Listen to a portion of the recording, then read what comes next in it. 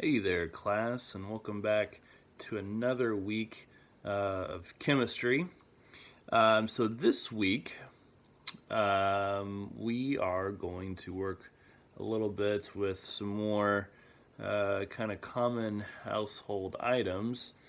And what we're going to do this week is we're going to kind of go back to our kind of tried and true kind of items. We're going to use some vinegar again, as well as some salt. And this week, what we're going to kind of see take place is we're going to improve the shine of some pennies that have become quite rusted. And so the experiment itself, it takes some time just for the reaction to occur the way we can see a nice kind of difference. But before we do that, I kind of want to take a look at some of the pennies we have, and then we can start talking about some of the differences as the reaction kind of takes place. So bear with me for a second. All right, now we're going to use a number of pennies here. Now, I'm going to point out some differences here. If you look, all of these pennies are from within a year of each other. Those two in the middle and the right are both from 2014, but have substantially different levels of shine. The one on the left is 2015. And then we got some older ones here, one from 1970, one from 82, one from 2010. So, I want you to keep that in mind here. We're going to go ahead and get this experiment kind of rolling because it takes a little bit of time. So I'm going to put some pennies into this jar here. We're going to get some salt. And pour it in. And we'll take some vinegar here. Bear with me for a second, just gotta open this. This is apple cider vinegar, but this is still gonna work just fine. Excuse the mess on the table. It's just the way it is. Okay, we can still kind of see the reaction and hopefully kind of take place here. We'll go ahead and kind of move these pennies off to the side a little bit.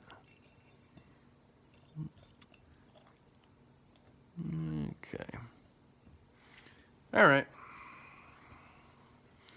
We should, here after, I don't know, within 5 minutes or so, start to get the direction we're kind of desiring here.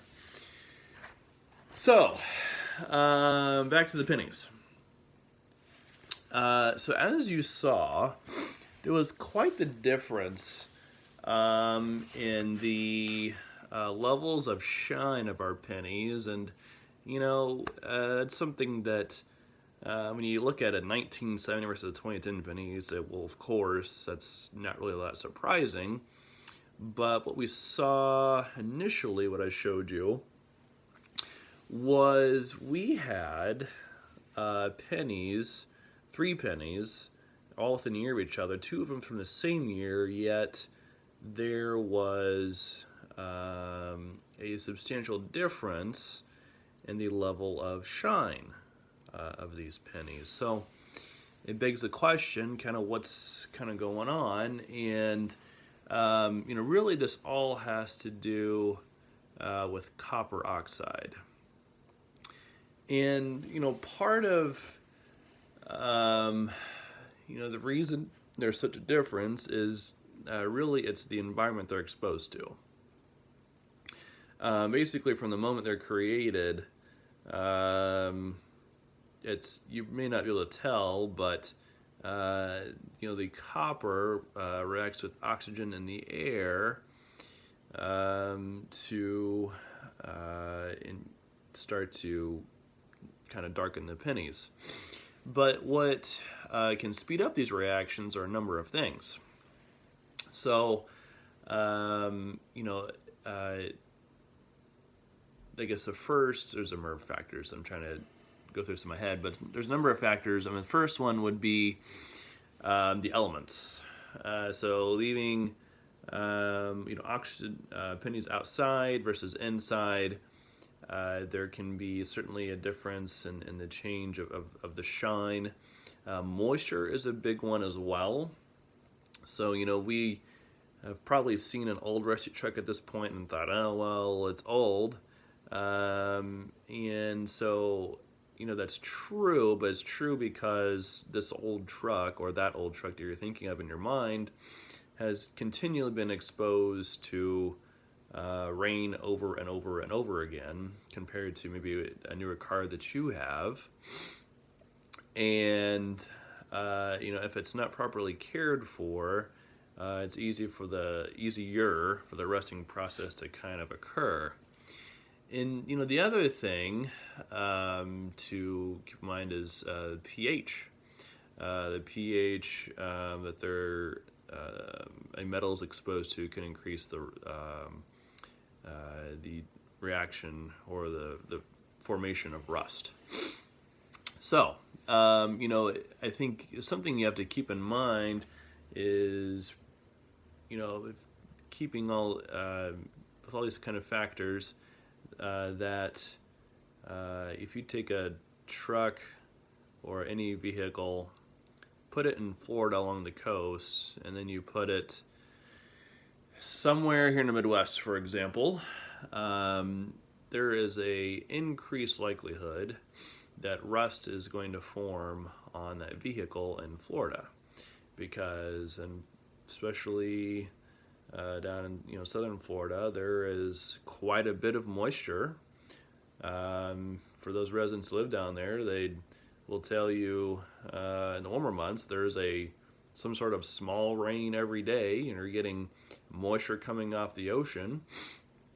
And secondly, you've got salt water, and so there's it can be a change in pH. And the other thing to consider is acid rain. So we've got carbon dioxide in the air. There's varying toxins in the air, and when the rain forms, it could be some acid rain that's formed, and this by itself can also lead to the formation of rust. So I'm gonna take a look at our pennies here. I think, like I said, the longer you leave the pennies in this solution, the better they're going to turn out. It's been nearly 5 minutes here since we put them in here, and they're starting to get, I'm going to pull them out here in a minute, but I'm just kind of looking in here, but I'll show you. There's definitely a change in the shine for sure. I'm just going to give it another kind of 30 seconds or so before I kind of pull them out. We kind of take a look. So let's see. Yeah, we're definitely getting a good change. And so this is something, an experiment you can really do with any kind of weak acid. If you kind of look at other household items, there's actually like your hot sauce that you have at home, it's actually a weak acid as well. You could there's a kind of a weak acid in some sodas as well, so you could even try that.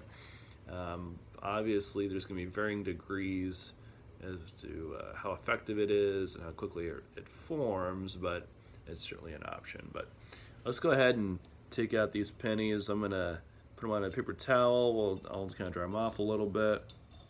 I think we got what we were looking for here. Oh yeah, definitely. Let's see here. That's what I'm going to show you here in a minute.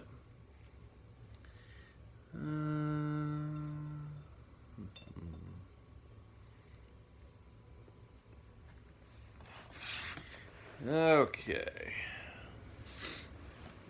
Let's flip you around here. All right. Our pennies, again, are noticeably shinier. Let's see if I can find that 20. This is that. It was that dark 2014 penny, and it's definitely lighter compared to what it was earlier. That 1970 penny definitely is much lighter compared to earlier.